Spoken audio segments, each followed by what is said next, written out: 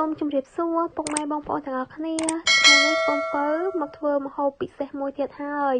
គឺស្ងោរជីឆាយអញ្ចឹងចង់ដឹងថាកូនពៅធ្វើយ៉ាងណាសូមពុកម៉ែបងប្អូនតាមដានទស្សនាវីដេអូរបស់កូនពៅដូចតទៅអញ្ចឹងយើងក៏លេខមកមើលគ្រឿងផ្សំសំខាន់របស់យើងវិញគឺជីឆាយសាច់ជ្រូក3ជាន់ចិញ្ច្រាំនិងស្ពៃកញ្ញាញ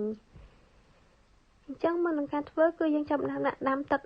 របស់យើងឲ្យពុះសិនមកបន្ទាប់ពីទឹករបស់យើងបានពុះហើយយើងធ្វើការចាក់អំបិលដែលនៅក្នុងជីឆាយហ្នឹងពុកម៉ែបងប្អូនចូលកន្លះកញ្ចប់អីទៅហើយយើងធ្វើការដាក់ខ្ទឹមសដែលយើងបានចិញ្ច្រាំហើយជាមួយផងដែរបន្ទាប់មកទៀតគឺយើងដាក់សាច់ជ្រូកដែលយើងបានចិញ្ច្រាំហើយដើម្បីរំងាស់វាឲ្យចូលជាតិឲ្យវាមានជាតិអញ្ចឹងណាពុកម៉ែបងប្អូនបើពុកម៉ែបងប្អូនមានឆ្អឹងជំនីជ្រូកអីដាក់ទៀតគឺរតែអែម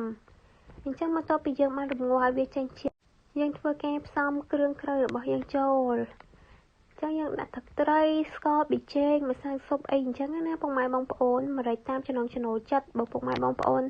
ចង់បានរៀងប្រៃដាក់ទឹកត្រីអីរៀងច្រើនតិចណាពុកម៉ែបងប្អូន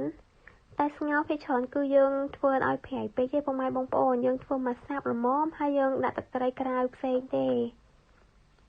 ដើម្បីងាយស្រួលកែអញ្ចឹងណាអញ្ចឹងយើងចាប់ដាក់វារងាស់អញ្ចឹងមកពុកម៉ែបងប្អូនបន្តមកទៀតគឺយើងធ្វើការដាក់ស្ពៃកញ្ញាញចូល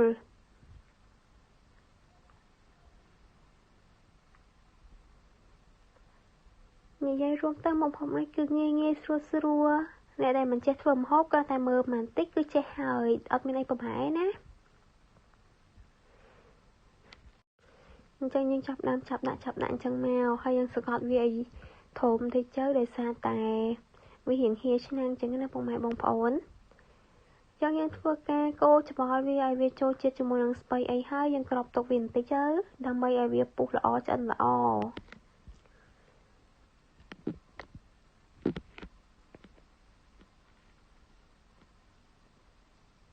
អញ្ចឹងឥឡូវនេះគឺថាវាបានពុះបានឆ្អិនរួចរាល់អស់ហើយយើងបន្ថែមជាមួយនឹងជីឆាយរបស់យើងបើសិនជាអ្នកពូកែញ៉ាំពុកម៉ែបងប្អូនដាក់ជីឆាយច្រើនទៅគឺថាឆ្ងាញ់ត្រូវជាតិគ្នាមែនតើណាពុកម៉ែបងប្អូនហើយពុកម៉ែបងប្អូនកុំភ្លេចផងដែរជាមួយនឹងតៅហ៊ូដោយសារតែតៅហ៊ូវាត្រូវជាតិគ្នាជាមួយនឹងស្ងោរជីឆាយអញ្ចឹងណាអញ្ចឹងឥឡូវនេះយើងឃើញថាវាចាប់ផ្ដើមឆ្អិនហើយយើងធ្វើការដួសវាដាក់ចានមកពុកម៉ែបងប្អូន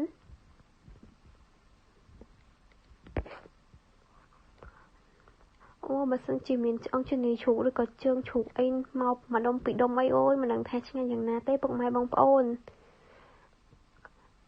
គ្រាន់តែប៉ុណ្ណេះមើលទៅចង់លេបទឹកមាត់ហើយពុកម៉ែបងប្អូនសម្រាប់អ្នកចូលចិត្តស្ងោរ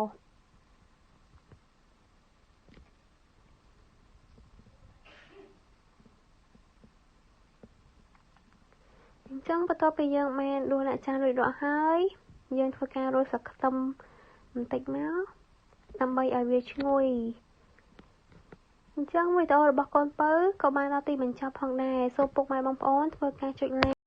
subscribe និងដាក់រូបសញ្ញាកណ្ដឹងឲ្យកូនពៅផងណាសូមអរគុណ